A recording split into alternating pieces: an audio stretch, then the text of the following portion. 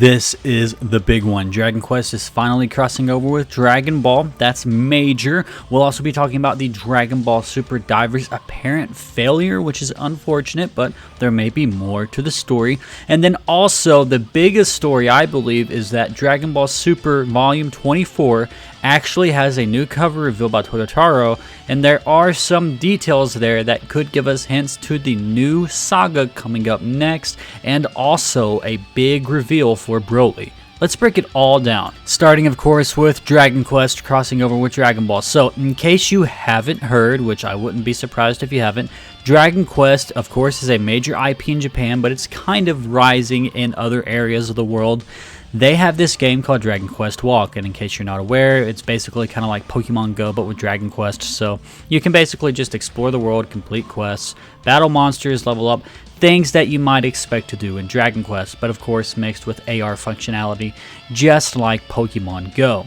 Well, here's a funny thing. They just announced a crossover with Dragon Ball. Now, details are limited, and I'm not exactly sure how this will work, but the promotional art does showcase Goku on the Nimbus, or Kinto-Un, with a slime from Dragon Quest. So, this is major. In case you weren't aware, Dragon Ball and Dragon Quest are both franchises that Toriyama was obviously heavily involved with.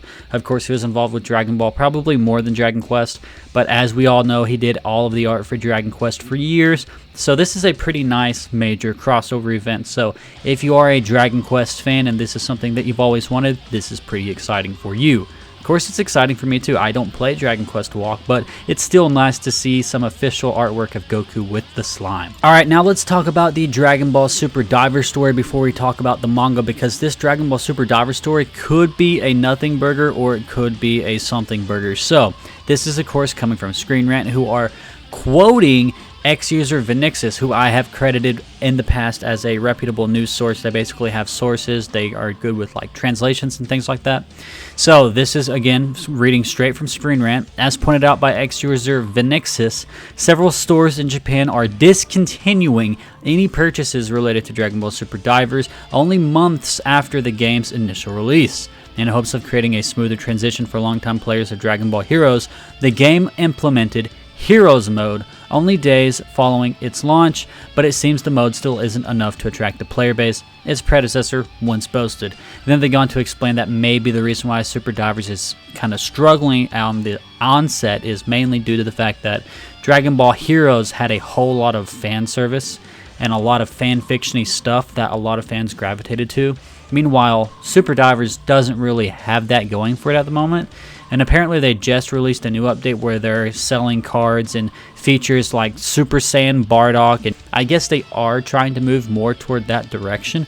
But it does beg the question, why would you end Dragon Ball Heroes if you're just going to try to make Super Divers more like Dragon Ball Heroes? I think the obvious answer would be that Dragon Ball Heroes was just getting really old and maybe they just wanted to upgrade, and also the lore in Dragon Ball Heroes would never work with Dragon Ball Daima. So I think they were caught between a rock and a hard place, especially after the release of Daima. That's whenever things kind of went downhill for Heroes. So I believe, in respect with Toriyama, they basically felt like they had to end the whole thing and then start a new thing where they didn't get all in the weeds with the Demon Realm and things like that, because of course Dragon Ball Daima sets up the new Demon Realm by Totaro, and there's no way you can really do content for Dragon Ball Daima and Heroes because it just doesn't fit.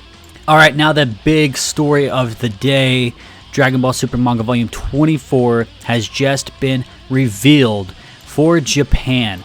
Now, keep in mind, it's not coming to the States yet. We're still several months away from that, but they did the official cover reveal, and this is a big one. So, in case you guys haven't been aware, if you've been on the internet recently, there have been a ton of fan art featuring Orange Piccolo, Beast Gohan, Ultra Instinct Goku, Ultra Ego Vegeta, and Mastered Super Saiyan Broly.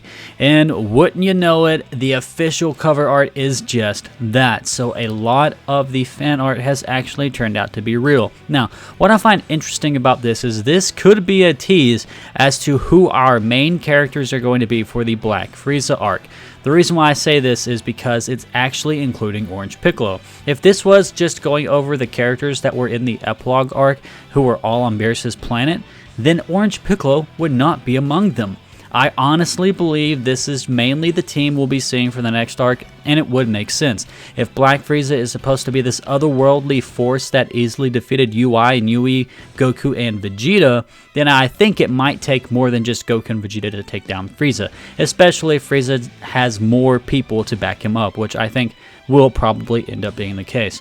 So while that is obviously the big reveal, I have another thing to talk about. And if you take a closer look at Broly, you can see that his hair is not yellow, but it is green. Now the interesting thing about this is in the manga, we saw Broly turn into a Super Saiyan, but it wasn't colored.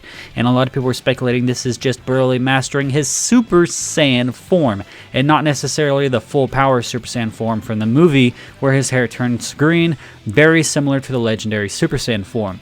However, as colored by Toyotaro on this cover, it is green. That's big. This is actually Broly mastering his full power transformation power, which makes sense because in the manga, according to the English translation, Goku says he's gone Super Saiyan, but look, his eyes tell us he's still himself. Vegeta responds with, good for him, he's tamed his own unruly transformation. That's very specific for Vegeta to say his own unruly transformation. So, this is mastered full power Broly, not just Super Saiyan Broly. He has mastered his full power Berserker transformation, which is really big, and of course makes sense. He is obviously going to be super powerful, and it's very exciting. So that's a bit of a new reveal. Like I said, it wasn't exactly clear based off the non-colored pages, but they've made it very clear that this is Broly at his peak.